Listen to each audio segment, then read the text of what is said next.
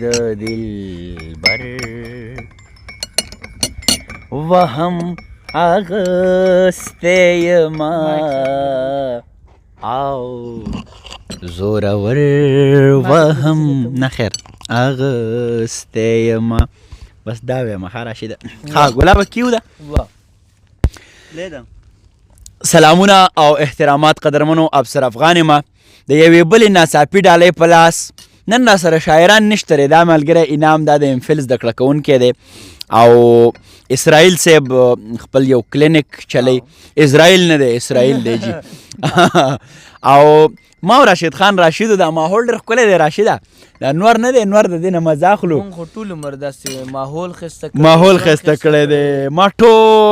ما ټوله ورځ د بل حکم منلی دی لالا دا یو ماښام مې ځان پسې لیکلی دی راشد هداسې به کوو که نه چې د بسکټ نه به خرچ هم وهو او د چایو نه به ګوټ هم وهو بلکل همداسې به کوو او یو نوی کلام مې لیکلی دی دا تا ته ډالۍ کومه دا راته ډالۍ که خو زه به دوی سره یو څو خبرې وکړم او ته ماته دا ډالۍ که او دې ملګري له دا چابیانې ورکړه د دوی څه پکار دي چابیانې والا ورکړه نو دغه د افسر صاحب دغه نوی کلام زه یې داسې اورم ما اورېدلی هم دی خو زه یې داسې اورم لکه چې ما نی اورېدلی په ړومبي ځل یې اورم اورېدلی دی دا نوی کلام ما لومبی شعر ووایه نو ما خو ستاسو په زړه کې اورېدلی دی که نه جي په زړه کې ښه داسې لکه ما راشد دا غواړي چې ما دی خو یو شی و که نه نو لکه ما لیکلی دی دی به وایو که دا ده لیکلی دی ښه زمونږ کیمرامین هم په کرسۍ هم کېناستی شي ړقېدی هم شي که تبر هم تللی شي داسې څه خبره نشته ښه راشده وایي چې نوی کلام دی نوی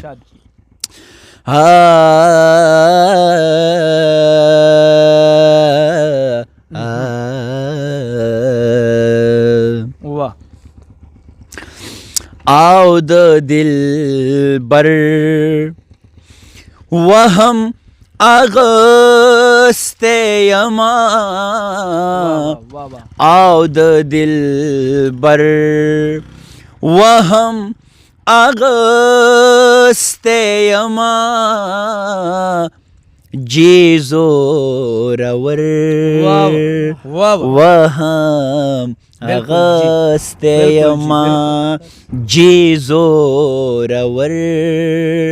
وهم اغستی یما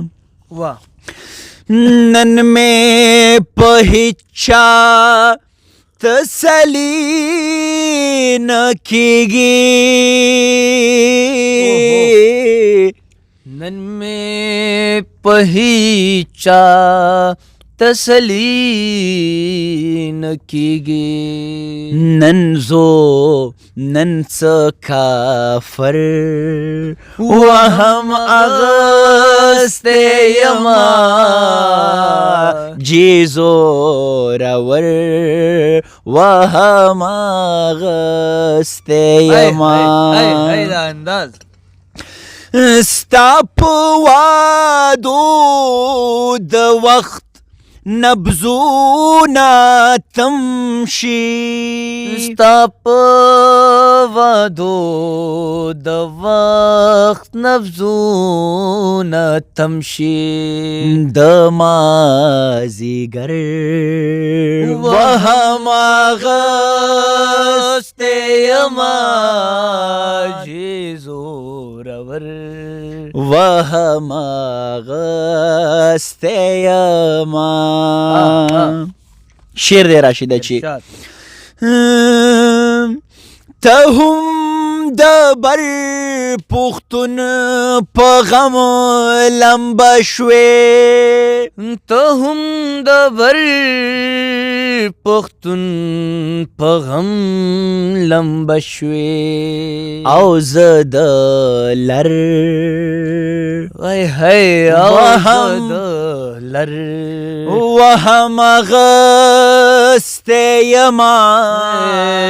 زه د لر او زه د لر